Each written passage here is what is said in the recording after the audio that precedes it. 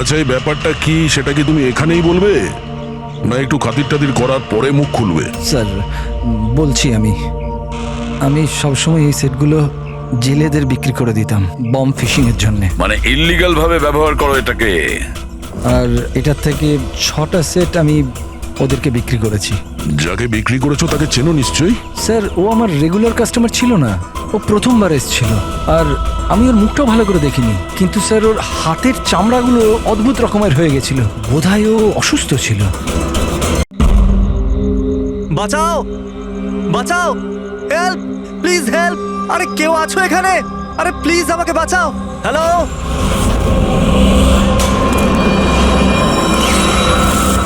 কেউ আছো এখানে? আরে কেউ তো বাঁচাও আমাকে। আরে কেউ কি শুনতে পাচ্ছো? আরে কেউ তো বাঁচাও আমাকে।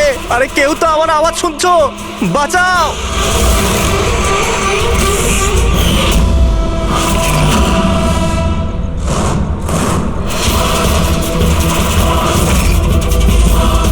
তুমি কে? কি চাও তুমি?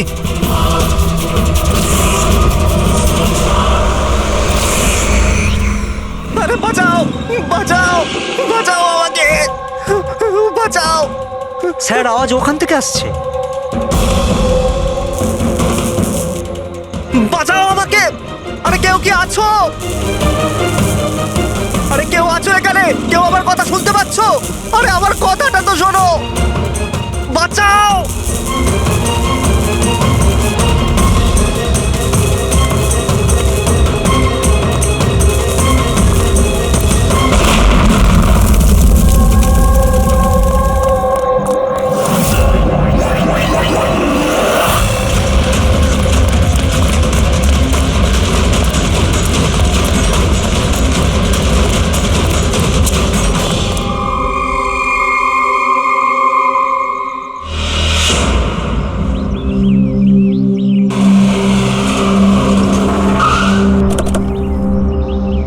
নমস্কার স্যার। নমস্কার স্যার। এটা বলো, যখন ব্লাস্ট হয়েছিল তখন কি তুমি এখানে ছিলে? ইয়ে স্যার, আমার সঙ্গে আরো একজন কনস্টেবল ছিল, হরনাথ। ওর প্রচন্ড আঘাত লেগেছে, এখনো হসপিটালে ভর্তি। তুমি এখানে পৌঁছলে কি করে? স্যার, আমরা নাইট ডিউটিতে ছিলাম, এখান দিয়ে যাচ্ছিলাম, তখনই একটা চিৎকার শুনতে পেলাম। আমরা ওকে দেখতে পাইনি। এখানে পৌঁছে আমরা কিছু করতে যাওয়ার আগেই বোম ব্লাস্ট হয়ে গেল।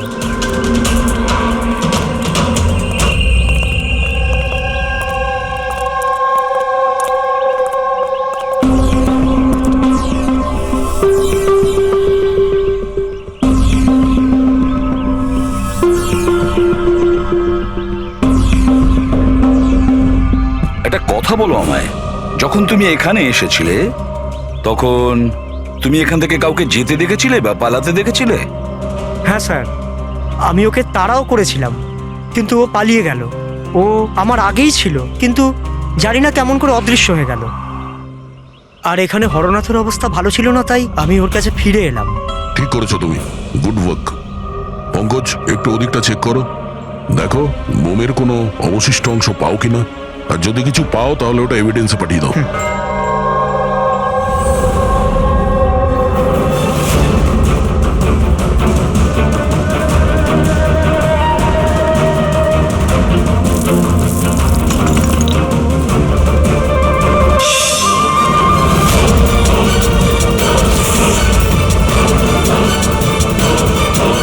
Sir,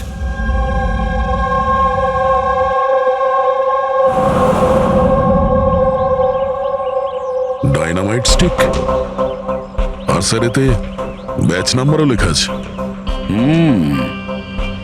arrow dynamic.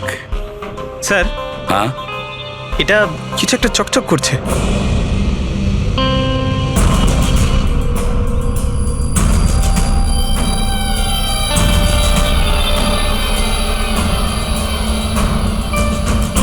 দেখি একটু।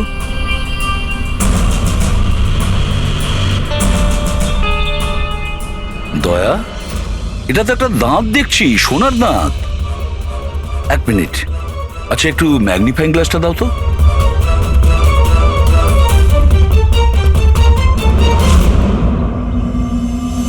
দয়া, দেখো এতে কিছু লেখা আছে। হ্যাঁ স্যার, NK লেখা আছে।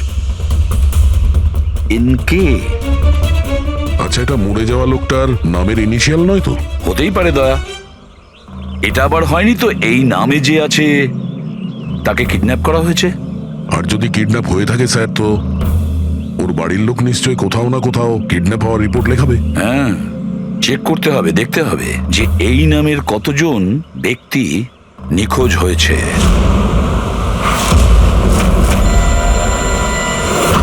Yes sir. লোকাল পুলিশ থেকে জানা গেছে যে মিসিং কমপ্লেন্ট নবীন কুমারের। নবীন কুমারের স্ত্রীর সঙ্গে আমি ফোনে কথা বলেছি। উনি বলেছেন যে এই নবীন কুমারের একটা দাঁত সোনার ছিল। আচ্ছা স্যার, এই নবীন কুমার কে? শহরের বাইরে ওনার একটা পেইন্টের ফ্যাক্টরি আছে, আর কিছুদিন আগে ওনার একটা নিউজ কভারেজ ছিল। নিউজে? কি ব্যাপারে স্যার? কিছুক্ষণের মধ্যেই জানা যাবে।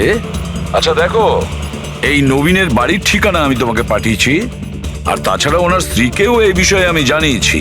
আর যদি আমার ধারণা ঠিক হয়ে থাকে তাহলে অভিজিৎ, নিশ্চয়ই মিডিয়ার লোক ওখানে তোমার আগে পৌঁছে যাবে। অনেক ঝামেলা আছে, সামলে নিও। ঠিক আছে, আমরা দেখে নিচ্ছি। ইয়া, হ্যাঁ, নবীন কুমারের বাড়ি যেতে হবে। স্যার অ্যাড্রেস পাঠাচ্ছেন। নবীন কুমার মুর্দাবাদ! নবীন কুমার মুর্দাবাদ! নবীন কুমার মুর্দাবাদ! নবীন কুমার মুর্দাবাদ! নবীন কুমার মুর্দাবাদ! নবীন কুমার মুর্দাবাদ! নবীন কুমার মুর্দাবাদ! নবীন কুমার স্যার স্যার স্যার, আপনি কি মিনিট, নবীন কুমারকে পরে, arrest পরে। করতে দেখেছেন, স্যার? পরে বলছি। স্যার, CID পরে আপনারা আমাদেরকে কাজ করতে দিন, আপনি please। কিছু তো বলুন না। আপনারা দেখি সরে যান, নিচ্ছেন। যেতে দিন দেখি। সরে যান, সরে যান বলছি। দেখুন, এইসব কিছু বন্ধ করুন আপনারা। দাঁড়ান। নাটক স্যার, নাটক তো নবীন কুমার রচিয়ে রেখেছে আমাদের এই শহরে। স্যার, ওরা সবাই নবীন কুমার মারা গেছেন। He is no more. এই লোকটা মেরেছে আমার স্বামীকে। খুনি এরা সবাই। এবার বলবে নাকি জেলে ঢুকিয়ে দেবো? বলো, কেন করছো এইসব? স্যার, আমরা মারিনি স্যার। স্যার, নবীন কুমারের রঙের ফ্যাক্টরি আছে স্যার, যেখানে প্রতিদিন 1000 টনেরও বেশি বিষাক্ত আবর্জনা নদীতে ফেলা হয় স্যার। স্যার, আমরা তো আন্দোলনকারী, আমরা ওনার এগেনস্টে আন্দোলন করছি। স্যার, বিশ্বাস করুন, আমরা ক্রিমিনাল নই, আমরা সোশ্যাল ওয়ার্কার স্যার। মিথ্যে কথা, মিথ্যে বলছে। হুমকি দিয়ে রেখেছিল আমার স্বামীকে। রোজ রোজ হুমকি দিত। না স্যার, আমি কোনো ধমকি দিতাম না, সে তো কোনো অন্য লোক স্যার। কারা? কাদের কথা বলছো? স্যার, ওরা সেই সব লোকগুলোই যারা সোশ্যাল সার্ভিসের নামে খারাপ কাজ করে, ল ইন অর্ডারের মিসইউজ করে স্যার। স্যার, আমি আর আমাদের প্রোটেস্টার্স আমাদের মধ্যে কেউ নয় স্যার। কি ধরনের হুমকি আসতো আপনার স্বামীর কাছে? কি হয়েছিল? এ নাও চা। আরে বাহ, গরম গরম চা। আচ্ছা, ওই এনজিওটার কি হলো? ওই এনজিও তো বিরক্ত করে মারছে। ফ্যাক্টরিতে ওয়ার্কার্সদের কাজ করতে দিচ্ছে না। এখন তো জল অনেক দূর করেই গেছে। মনে হচ্ছে পুলিশকে ডাকতে হবে। শোনো, বাহ নবীন বাবু, আপনাদের মতো সৎ লোক আবার পুলিশদের কাছে যাচ্ছে নাকি? তুমি ভেতরে কি করে এলে? আপনাকে মনে করাতে এসেছি যে আপনি যেটা করছেন সেটা ভুল করছেন। এখনো সময় আছে, শুধরে যান। Shut up! বেশি তর্ক করো না। এখন এই ঘর থেকে বেরিয়ে যাও। I said get out! আর কোথায় কোথায় ঢুকতে দেবেন না, আর কাকে কাকে আটকাবেন। আমাদের মতো লোক আপনাদের মতো লোককে ভয় পায় না, বুঝতে পেরেছেন? আর কেন জানেন? কারণ আমরা আপনাদের মতো খারাপ কাজ করি না। আজ তো আমি আপনার ঘরে ঢুকেছি। যদি আপনি আপনার স্বার্থের জন্য অসহায় মানুষদের জীবন নিয়ে খেলা যদি বন্ধ না করেন, তাহলে আপনার ফ্যাক্টরিতেও ঢুকবো। তোমাদের মতো গুন্ডাদেরকে না আমি সিধে করতে পারি। আর এই ফালতু ধমকিগুলো না অন্য কাউকে গিয়ে দেবে। আমার যা করার আমি তাই করব, আর তোমার যা করার করে নাও। আমি ধমকি দিচ্ছি না, বোঝাচ্ছি। যদি এই উল্টোপাল্টা কাজ বন্ধ না করেন, তাহলে আপনার ফ্যাক্টরি তো আমি বন্ধ করিয়েই ছাড়ব। তুই আমার ফ্যাক্টরি বন্ধ করবি? হ্যাঁ, ফ্যাক্টরি বন্ধ করবি তুই আমার? শোনো, শোনো প্লিজ, প্লিজ তুমি শান্ত হও। আর আপনি ওকে বিরক্ত করা বন্ধ করুন। আপনি যান এখান থেকে প্লিজ। প্লিজ বলছো তুমি একে? হ্যাঁ, আমি তোকে লাথি মেরে বার করে দেবো। চল। এটা কোত্থেকে আওয়াজ এলো?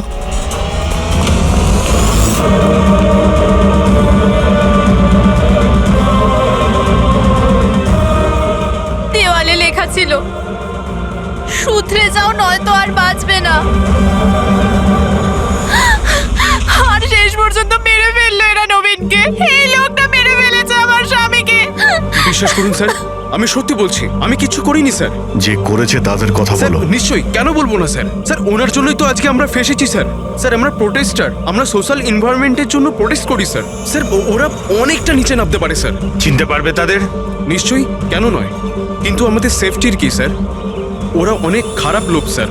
ডোন্ট ওয়ারি, তোমার কিছু হবে না। শুধু নামেই সোশ্যাল ওয়ার্কার, ওরা ক্রিমিনালস, ওরা তিনজনেই। ক্রিমিনাল? আর এটা তুমি কি করে জানলে? আমি কি, এটা সবাই জানে যে ওদের উপর কতগুলো কেস চলছে। সবসময় ওরা বেলেই বাইরে এসেছে স্যার। ওই মানুষটা নিজেকে পরিবেশের রক্ষাকর্তা বলে, নেচার গার্ডিয়ান। স্যার সবার প্রথমে ওই দিন কর। নবীনের মতো লোকের সব জায়গায় শত্রুই থাকবে স্যার। ওই বলে না স্যার, যেমন কর্ম তেমন ফল। তার মানে হ্যাঁ? কি বলতে চাইছো তুমি? কত নিরীহ মানুষের জীবন নষ্ট করেছে ও। হতে পারে তাদের মধ্যে থেকে কেউ বদলা নিয়েছে। তাদের মধ্যে কেউ কেন? বরং আমি তো বলছিলাম যে প্রতিশোধ তুমি নিয়েছো, তুমি ওকে মেরেছো। না স্যার, আমার সাথে ওর কোনো ব্যক্তিগত শত্রুতা ছিল না। আমি ওকে কেন মারবো? কারণ নবীনের কার্যকলাপে তুমি ক্ষুব্ধ ছিলে। কেন? স্যার যদি আমায় এরম কিছু করতেই হতো তাহলে আমি অনেক আগেই করে ফেলতাম। নবীন না জানি কত বছর ধরে আমাদের পরিবেশ দূষিত করছিল। তোমরা নিশ্চয়ই খুব আনন্দ পেয়েছো মিস্টার নবীন মারা গেছে শুনে। অন্য কেউ তোমাদের কাজ করে দিয়েছে কি? না স্যার, আমার ওর প্রতি কোনো মায়া ছিল না, কিন্তু আমি ওকে মারিনি। আমরা কি করে বুঝবো যে তুমি সত্যি বলছো? স্যার যে সময়ের কথা আপনি বলছেন ওই সময় আমি ইউনিভার্সিটিতে লেকচার দিচ্ছিলাম। আপনি চাইলে ওই প্রফেসর দেশাইয়ের সঙ্গে কথা বলতে পারেন। ওই সময় আমি ওখানেই ছিলাম। স্যার পল্লবী, ওকে প্রায় দিনই দেখা যায় নিউজে কারুর না কারুর সাথে ঝগড়া করতে। স্যার সোশ্যাল ওয়ার্কের ফিল্ডে আপনি যে কোনো কাউকে জিজ্ঞাসা করুন ওর ব্যাপারে, সবাই জানে যে ও কিরকম, ও নিজের টিম দিয়ে কিরকম উল্টোপাল্টা কাজ করায়। হ্যাঁ তো আমি ট্রেড অ্যাকাউন্ট করি, সোজাভাবে বললে লোকে বুঝতে পারে কই।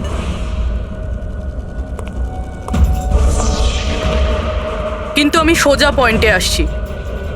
আমাদের মনে হয় তুমিই ওকে খুন করেছো। ম্যাম আপনার এটা যদি মনে হয় তাহলে আপনার এবং আমার দুজনেরই টাইম ওয়েস্ট করছেন। ম্যাম একটা কথা, আমি কোনো ক্রিমিনাল নই। কিন্তু আমরা তো এটা শুনেছি যে আপনি রোজই কোনো না কোনো একটা কন্ট্রোভার্সিতে জড়িয়ে থাকেন। স্যার ব্যাপারটা হলো কি, যদি কোনো সৎ লোক সাহস করে সত্যের পিছনে দাঁড়ায় না তো মানুষ ভয় পেয়ে যায়, সহ্য করতে পারে না, বিশেষ করে যদি সে একটা মেয়ে হয়। আপনি তো জানেনই সোসাইটির কি মেন্টালিটি। তাই নাকি? আমার তো আপনার মেন্টালিটি ঠিক মনে হয় না। কেন? শুধুমাত্র এই জন্যই যে আমি কাউকে ভয় পাই না? আপনাকেও নয়, এই জন্য আমি ক্রিমিনাল হয়ে গেলাম? এমনিতেও আমি কাল রাতে নিউজ লাইভের ডিবেটে ছিলাম, আপনি চাইলে চেক করতে পারেন। আমি চাইলেও নবীনকে খুন করতে পারতাম না। ম্যাডাম, আপনি কিন্তু এই কাজটা নিজের লোকদের দিয়ে করিয়ে থাকতে পারেন। তো ঠিক আছে, আপনার যদি এত কনফিডেন্স থাকে তো প্রুফ করে দিন, আপনি পাঠিয়ে দিন আমাকে জেলে। আর ওই প্রকাশ, ও প্রতিদিনই কাউকে না কাউকে গালিগালাজ করে নিজের সোশ্যাল ব্লগে। যারা পলিউশন ছড়াচ্ছে স্যার ও লোকদের উস্কায়, খেপিয়ে দেয় তার বিরুদ্ধে। আমি ঘরেই ছিলাম স্যার, নিজের ব্লগ লিখছিলাম, যেমন সবসময় লিখি। প্রত্যেকবারের মতো সবাইকে উস্কাচ্ছিলেন, তাদের ব্রেন ওয়াশ করছিলেন নবীনের মতো লোকেদের বিরুদ্ধে কি? স্যার নবীনের সাথে আমার কোনো ব্যক্তিগত শত্রুতা ছিল না, আর প্রকৃতির জন্য আমি অ্যাওয়ারনেস স্প্রেড করতেই থাকি। ব্যক্তিগত শত্রুতা না থাকলে তোমার সবকটা ব্লগে নবীনের নাম কেন থাকে? তাও টপ 4-5 জনের মধ্যে। কালকেও যে ব্লগটা লিখেছিলে সেখানেও নবীনের নাম ছিল না? হ্যাঁ স্যার, নবীনের নাম ছিল ওখানে। আর এই কথাটা আমি লুকোবই বা কেন? ও খারাপ লোক ছিল, কিন্তু এর মানে তো এটা নয় যে আমি ওকে খুন করে দেবো। কেন? কেন মারবে না? এরকম লোকেদের তো তুমি ভীষণ ঘৃণা করো, তাই না? তোমার মনে হচ্ছে তোমার পরিশ্রম বিফলে চলে যাচ্ছে, আর তারপরে নবীনকে এত বোঝানোর পরেও নবীন পরিবেশ দূষিত করে দিচ্ছিল, আর সেই জন্য তুমি রেগে যাও আর তারপরে নবীনকে শেষ করে দাও। আমি একজন রেসপন্সিবল সিটিজেন স্যার, কোনো ক্রিমিনাল নয় স্যার। আমার কাজ এটাই, আমার ব্লগের মাধ্যমে ঠিক আর ভুলের তফাৎ বোঝানো, কারোর ক্ষতি করা নয়। স্যার ইন্টারোগেশনে তো কেউই কোনো ভয় পায়নি। হ্যাঁ, কোনো ভয় পায়নি ঠিকই, এই 3 জনের উপর কড়া নজর রাখতে হবে। কেন স্যার? ফেডরিক, ভয় একটা অদ্ভুত জিনিস। যদি ওই 3 জনের মধ্যে কেউ খুন করে থাকে তাহলে সে ভয় পেয়ে কিছু না কিছু গন্ডগোল করবেই, কোনো না কোনো ভুল সে নিশ্চয়ই করবে।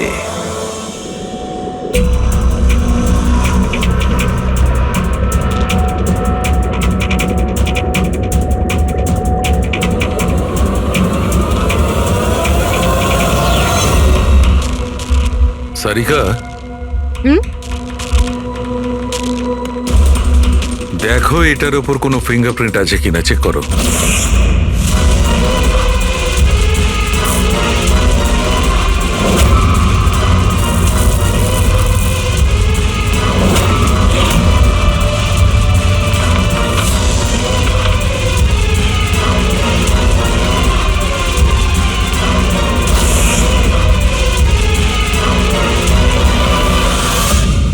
স্যার এটাতে তো কোনো ফিঙ্গারপ্রিন্টস নেই। কোনো ফিঙ্গারপ্রিন্ট নেই? Are you sure? 100% স্যার, কোনো ফিঙ্গারপ্রিন্টস নেই, কিন্তু কিছু পার্টিকেলস পেয়েছি। মনে হয় কিছু স্কিন টিস্যুস বা ডেড সেল হবে। Dead cells? তবে এক কাজ করো সারিকা, ওই ডেড সেলস গুলোকে ভালো করে ক্লিন করে রাখো। ওই তো আসবে তো শ্রীমান প্রদ্যুমন, জানো তো সব ব্যাপারেও নাক গলায়, নিশ্চয়ই জিজ্ঞেস করবে। প্লিজ ক্লিন করে রাখো। স্যার ডায়নামাইটে কোনো ফিঙ্গারপ্রিন্টস তো পাওয়া যায়নি, কিন্তু কোনো একজনের ডেড স্কিন টিস্যুস পাওয়া গেছে, পচা চামড়ার টুকরো। পচা চামড়া? হতে পারে এটা ওই লোকটারই, সেই লোকটা যে লোকটা ডায়নামাইট লাগিয়েছিল। হ্যাঁ স্যার। সালুকে এই পচে যাওয়া চামড়াগুলোর তুমি ডিএনএ টেস্ট তো করতে পারো, কিছু তো জানা যাবে। বস, পচে যাওয়া চামড়া থেকে ডিএনএ বার করাটা খুব কঠিন কাজ। তোমাকে একটা কথা খুব জোর দিয়ে বলতে পারি, যে লোকটি এই ডায়নামাইটটাকে শেষবার ধরেছে ওর স্কিন ডিজিজ আছে, চামড়ার অসুখ, আর সেটাও খুব গুরুতর। এমনিতে দেখে কিছু বোঝা নাও যেতে পারে, কিন্তু বস এই অসুখটা ওকে ভেতর থেকে শেষ করে দিচ্ছে। তাহলে তো আমরা এর মাধ্যমে ওর কাছে পৌঁছতে পারি। হ্যাঁ, কিন্তু কোনো প্রমাণ তো দরকার। Hello, ACP Pradyuman here. হ্যাঁ বলুন। আচ্ছা, গুড, থ্যাংক ইউ। কে? ডায়নামাইট ম্যানুফ্যাকচারার বলছিল ওরা রেকর্ড চেক করেছে, ওই ডায়নামাইট কোনো খনিকে বিক্রি করেছে ওরা। মানে মাইন্ড সাইট? হ্যাঁ, মাইন্ড সাইট। এবার এটা খোঁজ নিতে হবে এই ডায়নামাইট মাইন্ড সাইট থেকে খুনি পর্যন্ত কিভাবে পৌঁছলো।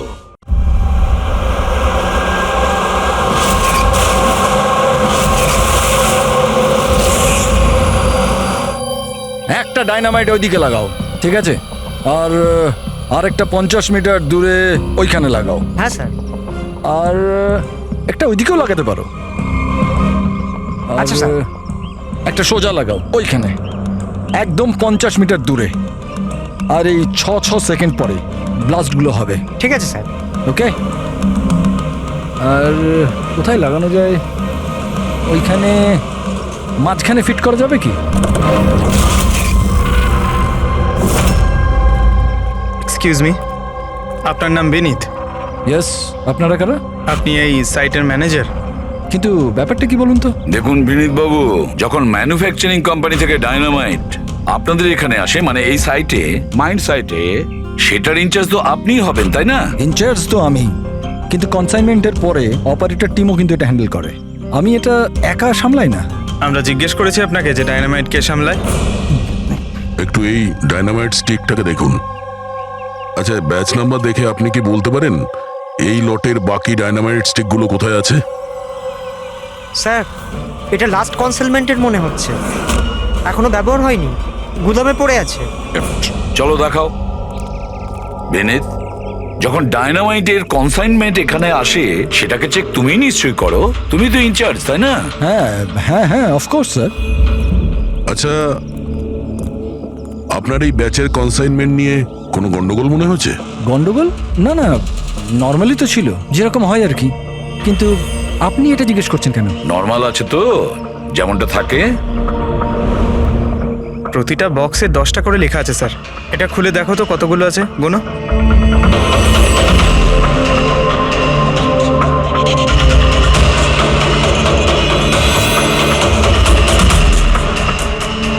স্যার, একটা সেট কম আছে স্যার।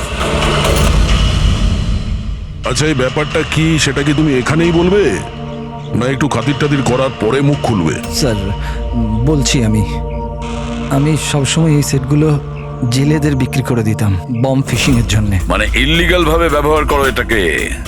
আর এটার থেকে 6টা সেট আমি ওদেরকে বিক্রি করেছি।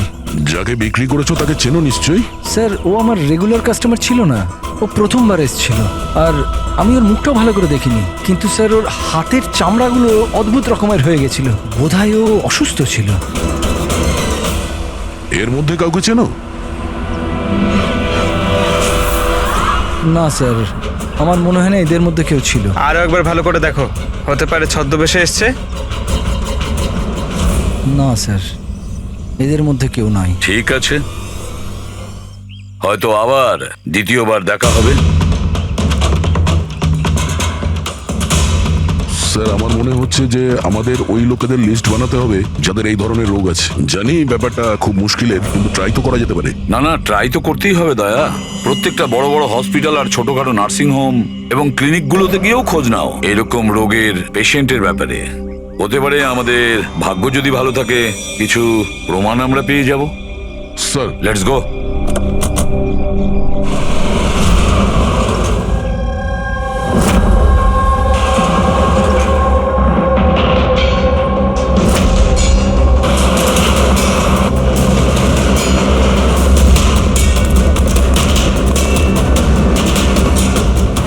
দেখুন, এই ধরনের অসুখ হাজার জনের মধ্যে একজনের হয়ে থাকে। বলতে পারেন এই ধরনের পেশেন্টের লিস্ট অনেক বড়।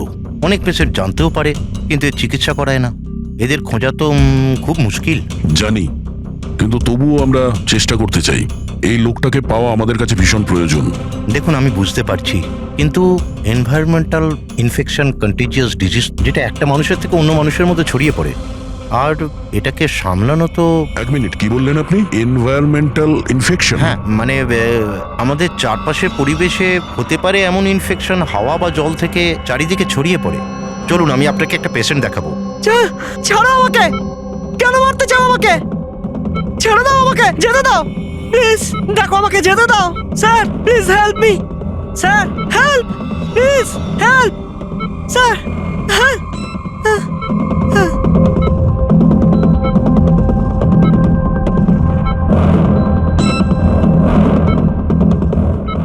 এটা এটা এনভায়রনমেন্টাল ইনফেকশনের কেস। নিউরোলজিক্যাল ইনস্টেবিলিটি, এই ধরনের অসুখ সাধারণত পেশেন্টের মাথা ধীরে ধীরে খারাপ করে দেয়।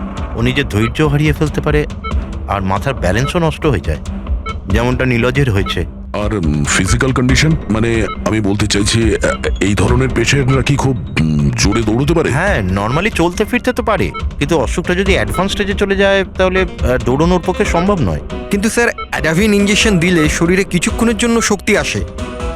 হ্যাঁ, কিন্তু ওটা সাইড এফেক্ট যথেষ্ট। স্যার, অ্যাডাভিন ইঞ্জেকশন দেওয়া যথেষ্ট ঝুঁকিপূর্ণ।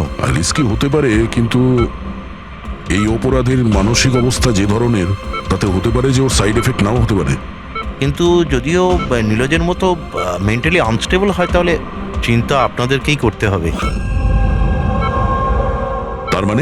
তার মানে এটাই যে একটা খুন করে থাকলে দ্বিতীয়বারও খুন করতে পারে।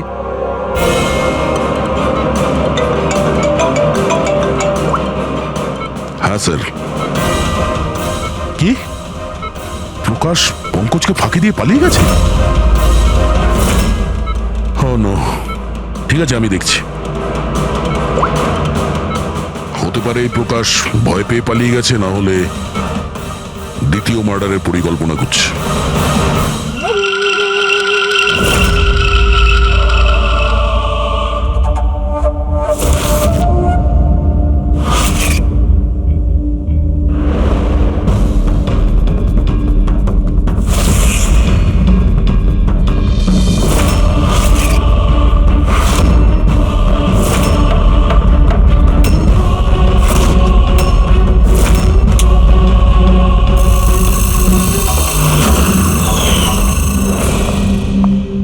আরে বাবা, আজ তুমি তাড়াতাড়ি উঠে পড়লে।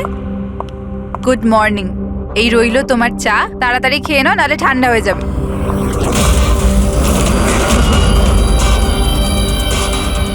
এটা কার পা?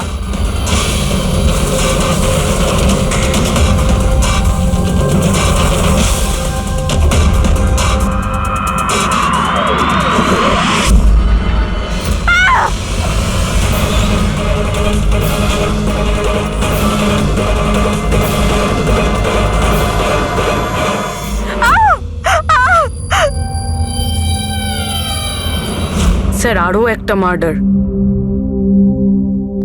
ওই ডক্টর ঠিকই বলেছিলেন, ওই খুনির মাথা খারাপ হয়ে গেছে, ওর মানসিক অবস্থা ঠিক নেই। স্যার মনে হচ্ছে খুন করার একটা প্যাটার্ন বানিয়ে ফেলছে এই খুনি।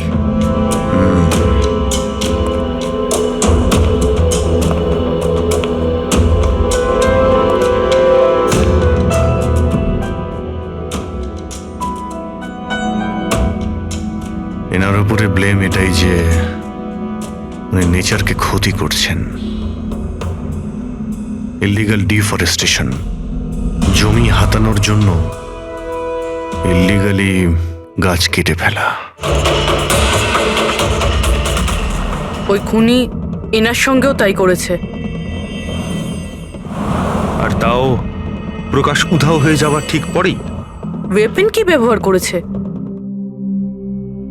100% চেন স, না হলে হাড়ের সঙ্গে মাংসকে এইভাবে কেটে বডিটাকে দু টুকরো করা এত সহজ নয়।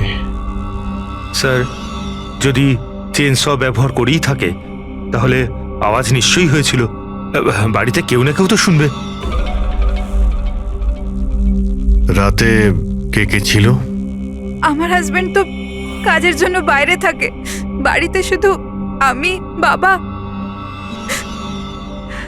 আর আমাদের চাকর ছিল। আপনি আপনি কোনো আওয়াজ শুনেছিলেন? না, কোনো আওয়াজ শুনতে পাইনি। রামানন্দবাবুর কারোর সাথে শত্রুতা বা কেউ কোনোদিন হুমকি দিয়েছিলেন ওনাকে? হ্যাঁ, কিছু সপ্তাহ আগে কিছু অদ্ভুত হয়েছিল। বাবাকে কেউ ধমকাচ্ছিল আর বাড়ির বাইরে দেওয়ালে কেউ কিছু লিখে দিয়েছিল যে শুধরে যাও, না হলে তোমার সাথে ওরকমই হবে যেটা তুমি গাছের সাথে করো। স্যার এক্স্যাক্টলি যেরকম নবীনের কেসে হয়েছিল। স্যার একটা কথা কিছুতে মাথায় ঢুকছে না, খুনি কারোর বাড়িতে ঢুকে এরকম নৃশংসভাবে কাউকে খুন করে বাড়ি থেকে বেরিয়ে যায় আর কেউ কিছু শুনলো না, কেউ দেখলোও না, কিভাবে? আজ এনাদের অজ্ঞান করে দেওয়া হয়েছিল। দেখুন, আমার সন্দেহ হচ্ছে যে আপনাদের অজ্ঞান করা হয়েছিল খাবারের মধ্যে কিছু মিশিয়ে, সেই জন্যে আপনারা কিছু শুনতে পাননি। অজ্ঞান? হ্যাঁ, কিভাবে সেটা জানি না, কিন্তু সেটা জানার জন্য আমাদের এখানে যত জিনিস আছে সেগুলো ফরেন্সিক ল্যাবে পাঠাতে হবে।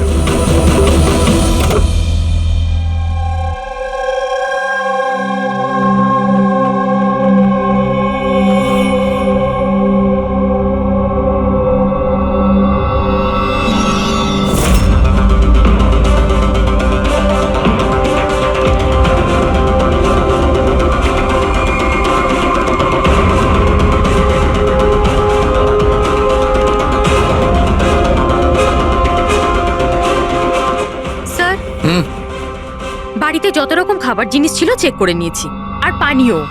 কিছুতেই ঘুমের ওষুধ পাইনি, নো সিডেটিভস। পেলে না? আরো শিওর? অ্যাবসলিউটলি। কিন্তু সারিকা, সবাই তো অজ্ঞান ছিল, তার মানে কোনো মাদক দ্রব্য নিশ্চয়ই থাকবে যার জন্য ওরা অজ্ঞান হয়ে গেছিল। খাবার জিনিসে, পানীয়তে, কিছুতে তো থাকা উচিত। কিসের মধ্যে ছিল?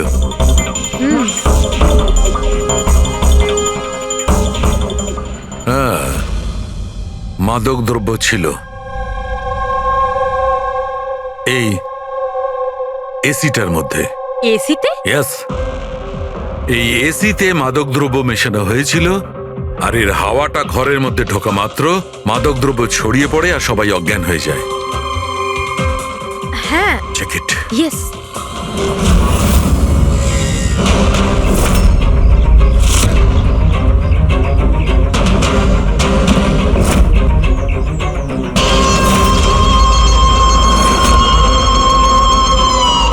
দেখো সালুখে, তুমি আন্দাজে ঢিল মারছো না তো? এটা কি করে হতে পারে? এরকমই হয়েছে বস, এসিতেই মাদকদ্রব্য ছিল। আমি ওই এসিটার ব্লোয়ারে, ফিল্টারে সব জায়গায় সেনেটিভ পেয়েছি, আর সেটাও খুব হাই ডোজে। মাই গড, এটা কি করে হতে পারে? বস, এসিতে সেনেটিভ ছিল, মাদকদ্রব্য ঘরের মধ্যে ছড়িয়ে যায় আর সবাই অজ্ঞান হয়ে যায়। খুনি আসে আর বিনা বাধায় ওকে খুন করে, ও চলে যায়। কেউ কিচ্ছু শুনতে পায়নি। আচ্ছা ঠিক আছে। সালুকে ফোন করেছিল, বলছিল রামানন্দর বাড়িতে যে এসি মেশিনটা ছিল সেটাতে বিষাক্ত গ্যাস ভরা ছিল, অ্যানেস্থেটিক গ্যাস।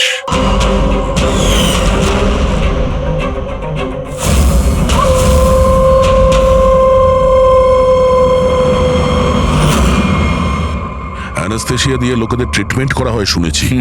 আরে তো এই খুনি তো দেখছি বেশ ধূর্ত। প্রকাশের ব্যাপারে কি জানতে পেরেছো? স্যার কিছু জানতে তো পারিনি, বাট আই এম শিওর পরের খুনের প্ল্যান করছে।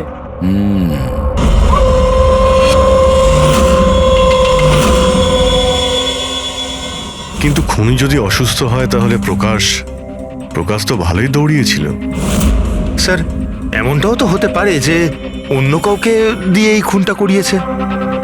তাহলে ও পালিয়ে গেল কেন? এই শব্দটা কিসের? চলো তো।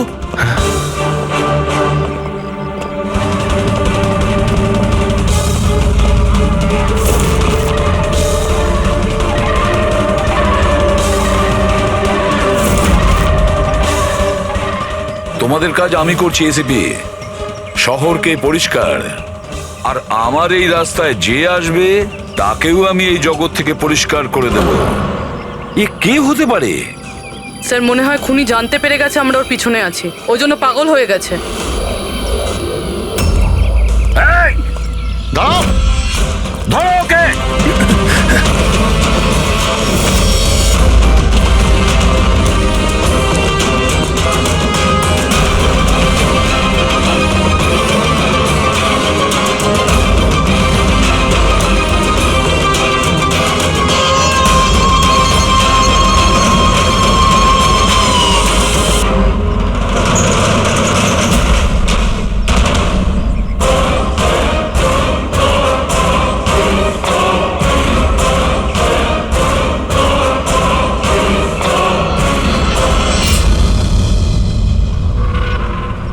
স্যার, সিআইডি থেকেই লিস্ট এসছে।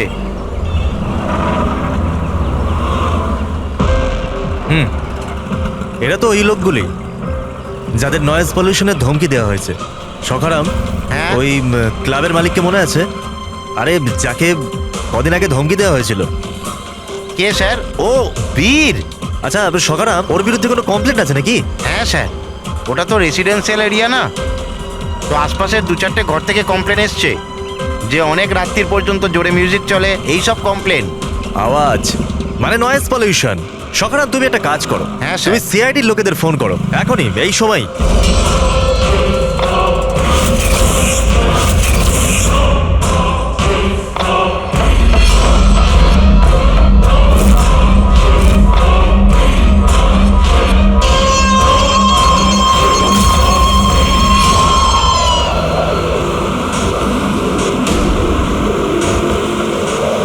তাড়াতাড়ি করো অভিজিৎ, তাড়াতাড়ি। স্যার আমরা অন দা ওয়ে। ও নাইট ক্লাবের মালিক, ওর নাম বীর। কিন্তু স্যার ব্যাপারটা কি? দয়া, লোকাল ইন্সপেক্টর থেকে জানা গেছে বীরকেও একই রকম হুমকি দেওয়া হয়েছে, আর সেটাও শব্দ দূষণ করার জন্য। সরি স্যার, কিন্তু নয়েজ পলিউশন এটা একটু বেশি হয়ে গেল না? রবি, ওর মানসিক অবস্থা ঠিক নেই, এই খুনি যা খুশি করতে পারে। ডোন্ট ওয়ারি স্যার, ওই খুনি যদি ওখানে থাকে তাহলে এবারে আর আমাদের হাত থেকে বাঁচবে না স্যার। এই প্রকাশ কিন্তু এখনো নিখোঁজ, আর বীরের প্রাণ সংশয় রয়েছে। যে করেই হোক ওকে সুস্থ আর নিরাপদে আমাদের এখানে নিয়ে এসো।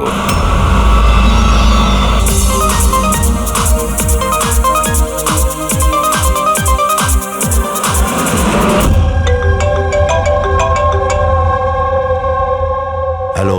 হ্যালো বীর, আমি এসবি প্রদ্যুমান বলছি, সিআইডি থেকে। সিআইডি?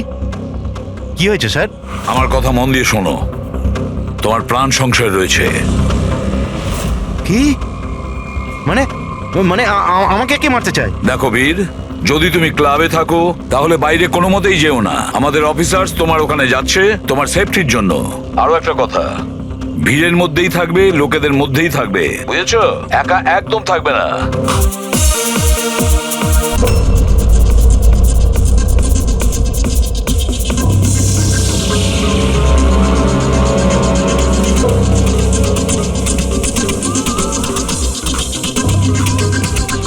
দেখো, আমি আমার কেবিনে যাচ্ছি, ঠিক আছে?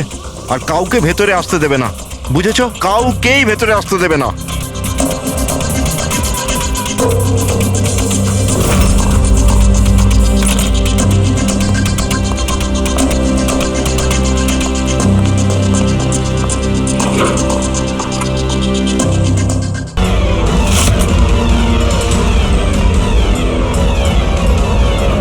সিআইডি।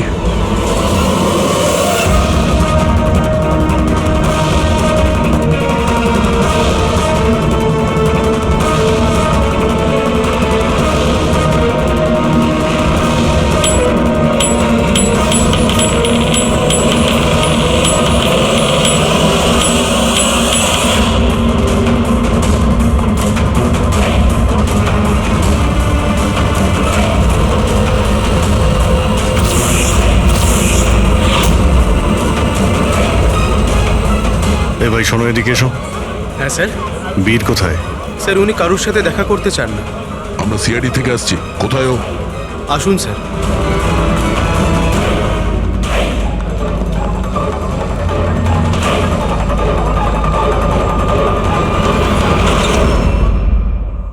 এই এই এই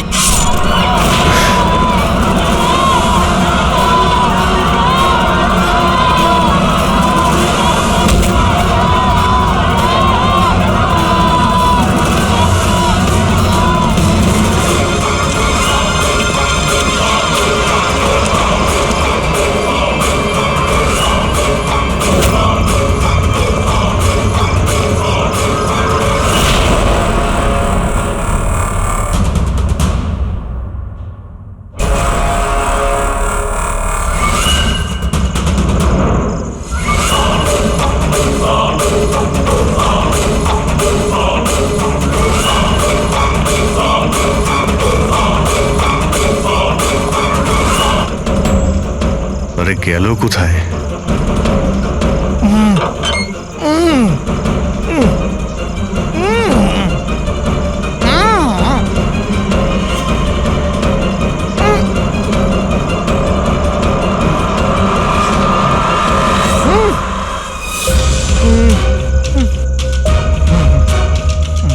এই প্রকাশ, এসো বাইরে এসো।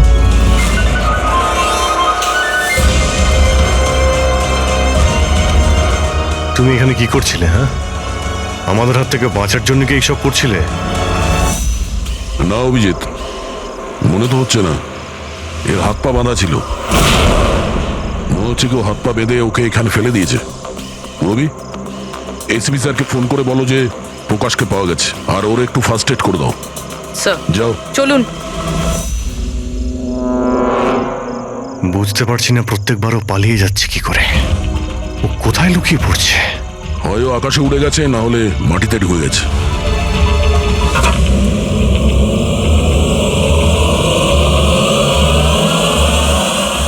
ও এখানেই আছে দয়া, এইখানে। কি? এইখানে।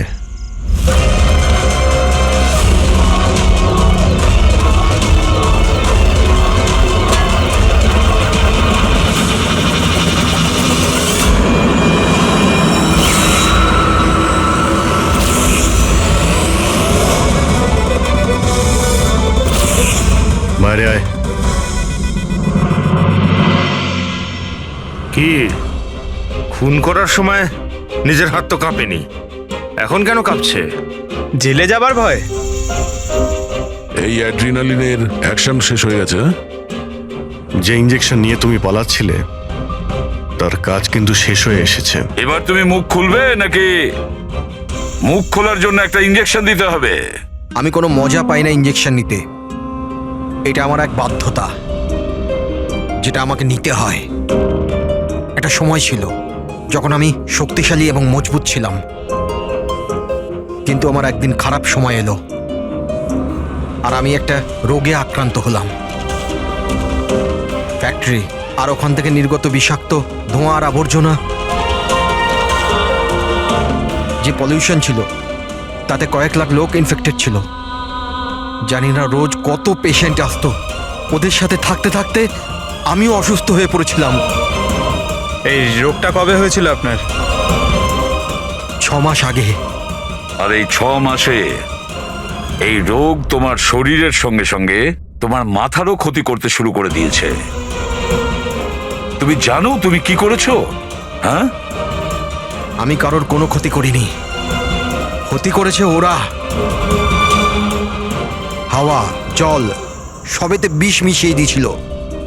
ব্যাস, তখনই আমি ঠিক করেছিলাম যে লোকেরা আমার এই অবস্থা করেছে তাদের আমি ছাড়বো না, আমি বদলা নিয়েই ছাড়বো।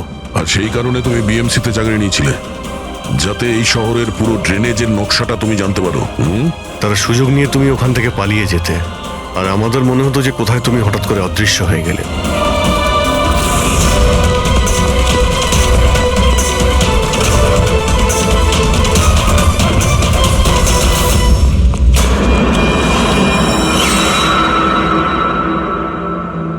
একটা কথা কিন্তু আমি এখনো বুঝিনি, প্রকাশ তোমার কি ক্ষতি করেছিল? হ্যাঁ, ওকে কেন কিডন্যাপ করলে? ওই রাতে ও ওখানেই ছিল, রামানন্দের বাড়ির বাইরে। ওর বাড়ি জ্বালাতে এসেছিল। ও কিছু করতো তার আগেই ও আমাকে দেখে নিয়েছিল ঘর থেকে বেরোনোর সময়। আর তুমি ওকে তারপর কিডন্যাপ করে নিলে যাতে ও কারোর সামনে মুখ না খোলে। হ্যাঁ, তুমি ওকে মারতেও পারতে, তাহলে ওকে ওকে তুমি মারলে না কেন? আমি বললাম না স্যার, আমার বদলা শুধুমাত্র ওদের সাথে ছিল, যারা আশেপাশের হাওয়া জলকে বিষাক্ত করে তুলেছিল। আমি তো শুধুমাত্র আমার সংসার বাঁচাচ্ছিলাম। আমি কোনো ছোটবেলা থেকে খুনি ছিলাম না। এই দায়িত্বটা তোমাকে কে দিয়েছিল? শোনো, তোমার এই প্রতিশোধের আগুনে এতগুলো লোকের প্রাণ গেছে। এই কাজটা তোমার একদমই করা উচিত হয়নি। খুব অন্যায় করেছো তুমি। আইন তোমাকে কোনোদিন ক্ষমা করবে না। কঠোর থেকে কঠোরতম শাস্তি হবে তোমার।